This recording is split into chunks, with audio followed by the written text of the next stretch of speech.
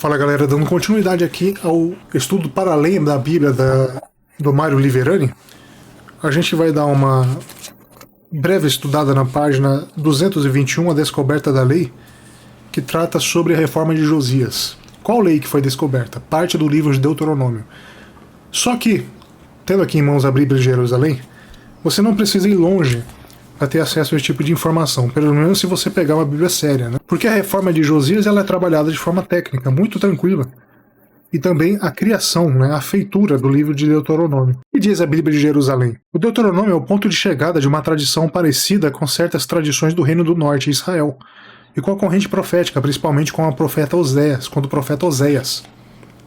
A comparação com as medidas de Josias por ocasião de sua reforma religiosa, inspirada pela descoberta de um livro da lei, conforme 2 Reis 22 e 23, que parece ser o Deuteronômio, provaria que este livro existia já por volta de 622 a 621 a.C., mas provavelmente numa forma mais breve do que aquela que conhecemos. O núcleo do Deuteronômio pode representar costumes do norte trazidos a Judá pelos levitas após as ruínas de Samaria. Esta lei, talvez já emoldurada por um discurso de Moisés, pode ter sido depositada no Templo de Jerusalém, mas não se exclui que a obra tenha sido composta sob Josias e para servir o seu projeto de reforma.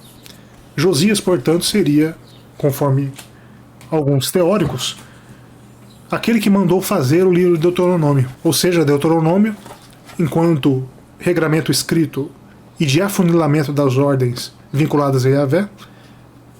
Essa produção seria uma produção inicialmente artificial, o seu núcleo seria artificial, porque a mando de uma pessoa específica, que depois deu a desculpa de que esse livro teria sido achado dentro do templo.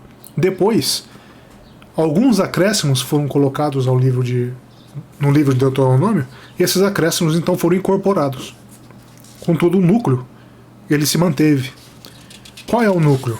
Mário Liverani fala sobre isso. O que diz aqui Mário Liverani? O texto bíblico não diz qual nem de que tamanho era o texto encontrado no templo, senão que era definido como livro da lei. Mas há muito tempo, ou seja, desde 1805, os estudiosos consideraram que ele devia ter uma conexão com o livro do Deuteronômio e que o núcleo originário do extrato redacional, definido como deuteronomista, que pode ser atribuído a essa época por uma série de indícios de conteúdo. A questão é complexa e debatida, e é difícil precisar qual o núcleo originário, propriamente de Josué, do Deuteronômio, e quais as intervenções e as organizações posteriores, em muitos casos de evidente época exílica e pós-exílica. O que seria exílico e pós-exílico? Os acréscimos.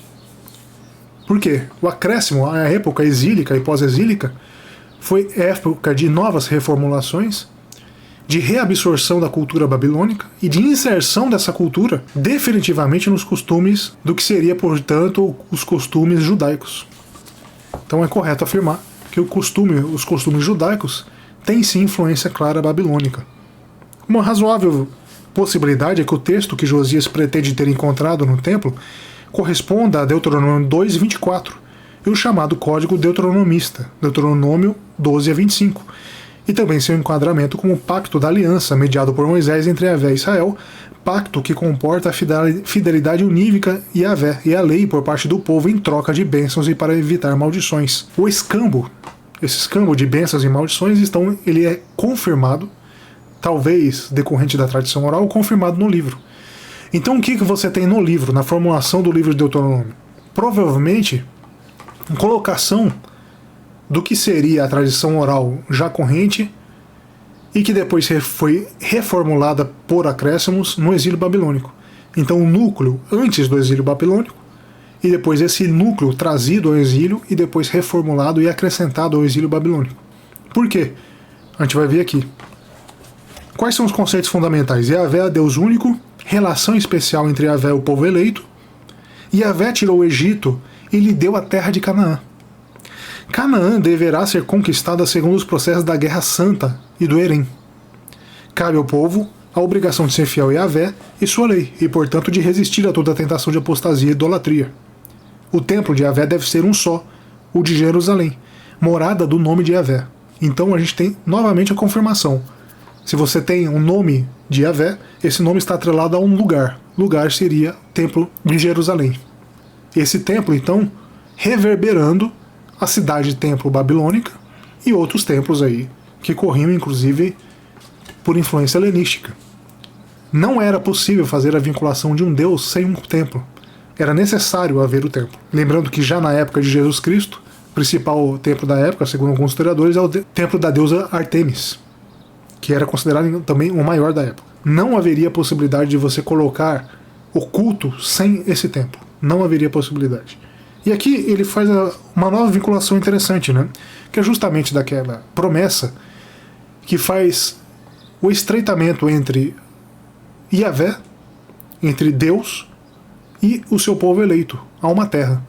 Essa terra ela deveria ser conquistada, só que ela deveria ser conquistada pela Guerra Santa e pelo Herém. A Guerra Santa porque em nome de Deus, e pelo Herém, que seria através da disseminação de um dos critérios do Herém, que seria o anátema, que é a extirpação completa da terra dos seus povos que estavam uma vez lá inseridos, que seriam então os primeiros povos que conquistaram aquela terra e que já estavam naquela terra. Então quando o povo eleito chega na terra de Canaã, essa terra não estava desabitada, por óbvio. Essa terra já estava ocupada. Como que você irá reocupar essa terra? Você precisa de uma justificativa. Por quê? Porque outros povos em volta, no entorno dessa terra, estavam questionando, ora, você vem aqui e domina minha terra, e você não quer ser dominado? Você não quer também, uma vez dominado, prestar tributos? Por quê? A resposta vem do quê? Essa terra não foi dada por homens, foi dada por Deus. Então essa terra, ela não pertence originariamente a uma conquista meramente humana. Ela depende de uma vontade divina ao seu povo eleito, e seu povo eleito é o pequeno povo de Judá. O povo, então, configurado enquanto povo hebreu na época de Jesus Cristo.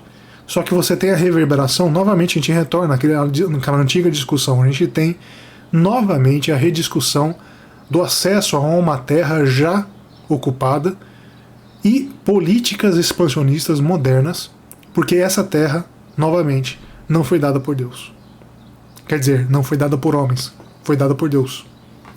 Então, a ideia do expansionismo moderno, ela está sim atrelada à ideia da terra dada por Deus lá em Deuteronômio, portanto 600 a.C. A gente tem a reverberação desses escritos e talvez a confirmação de uma tradição oral até os dias de hoje.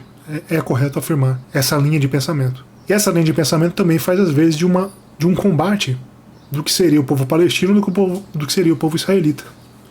O povo israelita, conforme alguns estudiosos, ele não mais existiria, porque ele estaria atrelado aos hebreus, que estaria atrelado à prática judaica.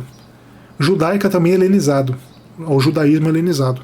Só que esse judaísmo helenizado e hebreu atrelado, vinculado ao povo hebreu, atrelado ao templo de Jerusalém, foi perdido no ano de 70 d.C., com a destruição do templo de Jerusalém.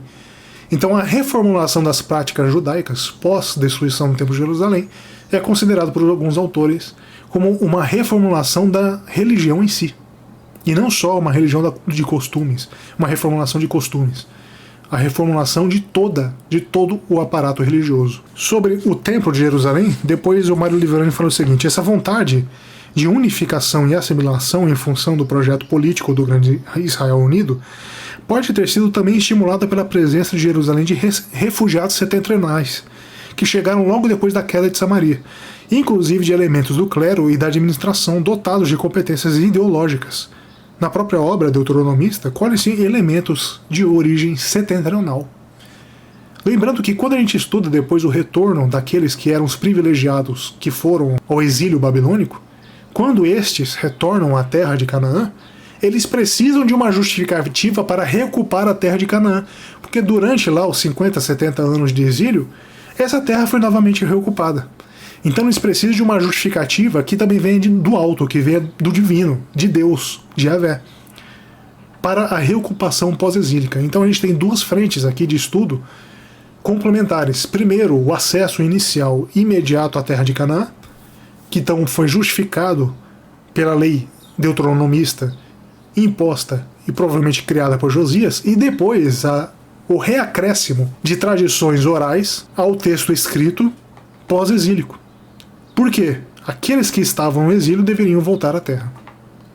Então tudo no que se refere à lei deuteronomista, o Mário Liverani atrela à terra, a conquista de terra, conquista territorial, sendo que a própria reforma de Josias, que seria então a vinculação monolátrica a Yahvé, essa reforma teve por fundamento a unificação com base a um único Deus, porque esse Deus não estava mais atrelado a um povo disperso, não, esse povo agora estava ocupando uma terra que era então de outros povos que adoravam outros deuses. Daí a destruição das Asherás, daí a desvinculação dos nomes baalistas e a criação inicial dos nomes javistas, e etc. Ele vai fazer esse longo desenvolvimento. Sobre isso ele fala o seguinte, o Mário Liverani: mas a maior insistência é dedicada ao desmantelamento dos lugares de culto não javistas, as famigeradas Bamor, Macebol e Acerô, na própria Jerusalém e em todo o território de Judá, de Geba e Barsheba. Ficamos sabendo assim que no templo de Jerusalém, oficialmente dedicado a Yahvé, havia ornamentos cultuais de Baal e Asherá, ou seja, dos velhos cultos agrários. Velhos cultos agrários de quem? De quem estava ocupando a terra, do sol e da lua e de outras divindades astrais. Talvez de recente intromissão assíria. Havia um opifício em que as mulheres teciam telas para Asherá e havia na entrada do templo cavalos e carro do sol.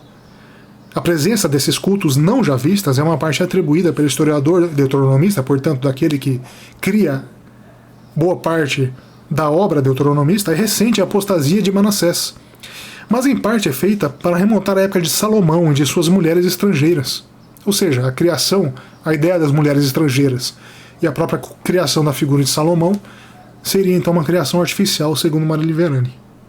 Por isso, devia ser notoriamente muito antiga. Talvez decorrente, talvez não, quase certamente decorrente da tradição oral.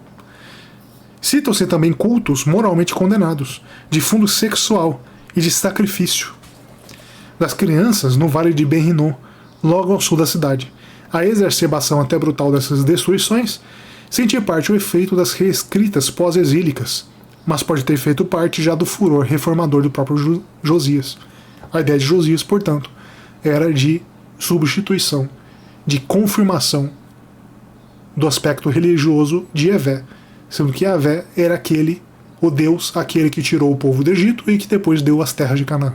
A gente retorna depois às ideias, novamente, de inserção de um povo numa terra e de manutenção dos motivos pelos quais esse povo deve ser mantido em determinada terra. Tá bom?